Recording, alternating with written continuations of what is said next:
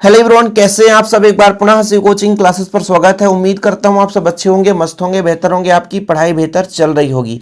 बच्चों, आज आप सुपर फास्ट रिवीजन में सीखने वाले हैं मेयर संबंध बिल्कुल कम समय में। इसके लिए हमको क्या करना पड़ेगा, 2-3 फार्मूले जो है याद रखने पड़ेंगे। पहला तो बच्चों ऊष्मागतिकी का प्रथम नियम, डेल क्यू बराबर, यदि मैं आपसे कह दूं कि टोटल जो ऊष्मा है उसके आंतरिक ऊर्जा और बाहर से जो कार्य किया जाएगा उस पर, या उसके द्वारा जो कार्य किया जाएगा उस पर डिपेंड करेगा। तो ये आपका ऊष्मागतिकी का प्रथम नियम हो गया।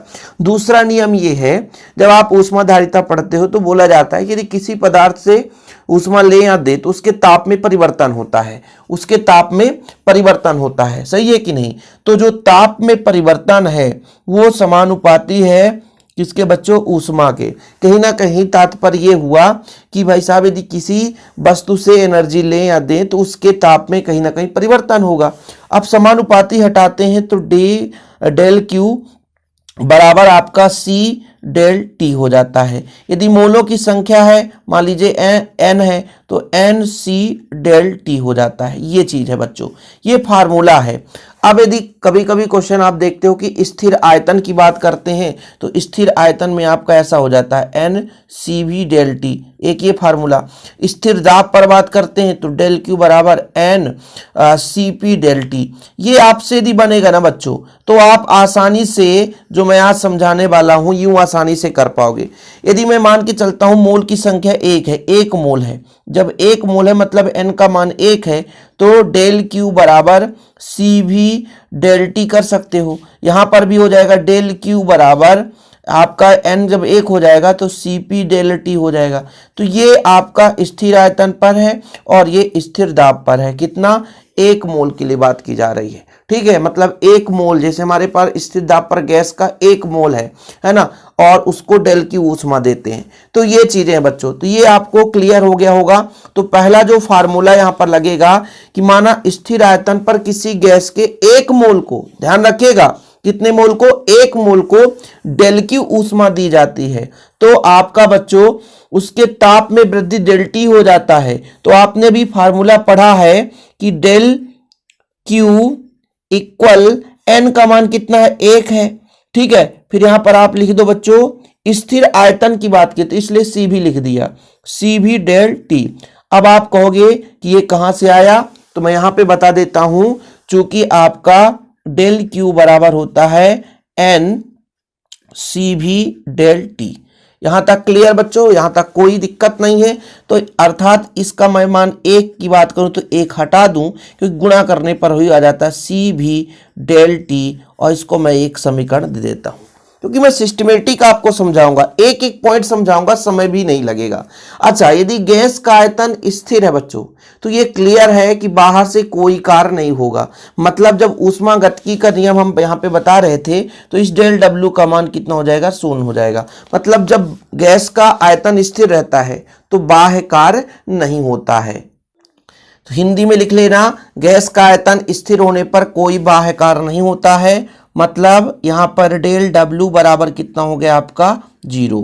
तो फिर ऊष्मागतिकी के प्रथम नियम से, किस नियम से बच्चों, ऊष्मागतिकी के प्रथम नियम से। प्रथम नियम क्या कहता है, प्रथम नियम से आपको इसलिए स्टार्टिंग में प्रथम नियम बताया गया कि प्रथम नियम आपका है डेल क्यू, है ना, यही है ना, बराबर del U plus del W. इसका मान जब 0 रखूंगा बच्चों तो आपका आ जाएगा डेल क्यू बराबर डेल यू। इस डेल यू का मान या डेल क्यू का मान समीकरण 1 में रख दूं, डेल क्यू का मान समीकरण 1 में रखने पर इसको आप समीकरण 2 दे सकते हो। फिर यहां पर लिख सकते हो बच्चों डेल क्यू का मान, क्यू का मान कहां रखें बच्चों, समीकरण 2 में, समीकरण 1 में, समीकरण 1 में रखने पर, चलिए रख दीजिए। तो कितना हो जाएगा, डेल क्यू बराबर कितना हो जाएगा बच्चों, डेल यू, कितना हो जाएगा, डेल यू इक्वल सी भी डेल टी। यहां तक क्लियर है, यहां तक किसी प्रकार से कोई परेशानी नहीं होनी चाहिए। सेम आगे का प्रोसेस होगा। अभी स्थिर आयतन की बात कर रहे थे, अब हम स्थिर दाब की बात करते हैं। तो स्थिर दाब के लिए आपका वही फार्मूला लगेगा बच्चों, यहां पर डेल क्यू हो जाएगा एक रखेंगे, इस बार P लिख देंगे, ठीक है, डेल टी। अब आपसे कोई फार्मूला पूछेगा तो आप लिख देना डेल क्यू बराबर n C P del T, ठीक है, ये आपको फार्मूला याद रहना चाहिए। तो जब यदि आप इसको ऐसा डेल क्यू बराबर कहोगे बच्चों तो सी पी डेल टी हो जाएगा, और इसको आप समीकरण 3 दे दो। जो जो जरूरत पड़ेगा बच्चों वहां पे अपन काम करते चलेंगे।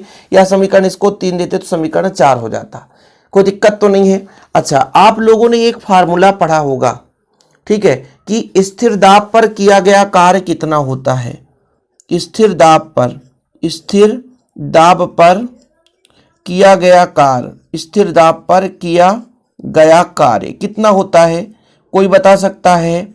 डेल डब्ल्यू बराबर है ना पी डेल भी होता बच्चों, पी डेल भी, ठीक। अब इसका मान मतलब डेल यू, डेल क्यू और डेल डब्ल्यू, इसको अपन किस में रख दें बच्चों? ऊष्मागतिकी के प्रथम नियम में। तो ऊष्मागतिकी का प्रथम नियम आपने पढ़ा है, ऊष्मागतिकी के प्रथम नियम से कितना है फार्मूला? डेल क्यू बराबर del U plus del W, ठीक है। हम सभी का मान रख देंगे बच्चों, तो मान रखिए डेल क्यू का मान है, डेल यू का मान यहाँ पे आपने देखा, समीकरण यहाँ पे देखा, और डेल डब्ल्यू का मान यहाँ पर देखा। तो वैल्यू पुट कर दें। चलिए, डेल क्यू का मान कितना है? सी पी डेल टी, यही है ना। और आपका डेल यू का मान कितना है? इसकी वैल्यू पुट कर दो। डेल यू का मान था सी भी डेल टी, और इसका मान था कितना? पी डेल भी। अच्छा, ये आपका प्लस है, इधर पक्षांतर हो जाएगा, तो C P del T minus C भी डेल टी हो जाएगा, इक्वल पी डेल भी हो जाएगा। यहाँ तक क्लियर बच्चों? यहाँ तक यदि क्लियर हो गया हो तो थोड़ा सा आगे चलें। इसमें दोनों में से कुछ कॉमन आ रहा है, तो आपका क्या कॉमन आ रहा है बच्चों? डेल टी कॉमन आ रहा है, तो हमने दोनों से कॉमन ले लिया बच्चों। इसके बाद हम समीकरण 4 दे सकते हैं। अब यहाँ पर आपका पी डेल भी है, ठीक है, याद रखिएगा पी डेल भी है। अब आप लोगों ने पढ़ा होगा कि यदि डेल टी ताप पर गैस के आयतन में परिवर्तन डेल भी हो रहा हो, भाई ये आयतन में परिवर्तन तो है, इस तरह लिख लो आप लोग, यदि डेल टी ताप पर गैस के आयतन में डेल भी परिवर्तन हो रहा हो तो आपका हो जाएगा पी डेल भी बराबर, क्योंकि आदर्श गैस समीकरण पी भी बराबर आर टी होता है, तो आपका हो जाएगा आर डेल टी। चूंकि आप लोगों ने पढ़ा है पी भी बराबर आर टी, अब यहाँ पर डेल टी ताप पर डेल भी परिवर्तन हो रहा, तो इतना हम लिख सकते हैं। तो अब कहीं ना कहीं इन दोनों में से कुछ देखने को मिल रहा है कि समीकरण 4 में मान रख दें। समीकरण 4 में मान रखने पर तो यहाँ पर P डेल भी है, तो इसके जगह R डेल टी रख सकते हैं। तो CP माइनस सी भी del T equal R del T. अब डेल टी से डेल टी काट दो बच्चों, तो आपका आ गया CP माइनस सी भी इक्वल R। यही है आपका मेयर संबंध। देखो भाई, मात्र 8 मिनट में आपने समझ लिया। और ऐसे ही वीडियो पाने के लिए प्लीज आप चैनल को सब्सक्राइब कर लें। ज़्यादा टाइम पास नहीं करूंगा, यहीं पे इसको समाप्त करता हूं। जय हिंद, वंदे मातरम।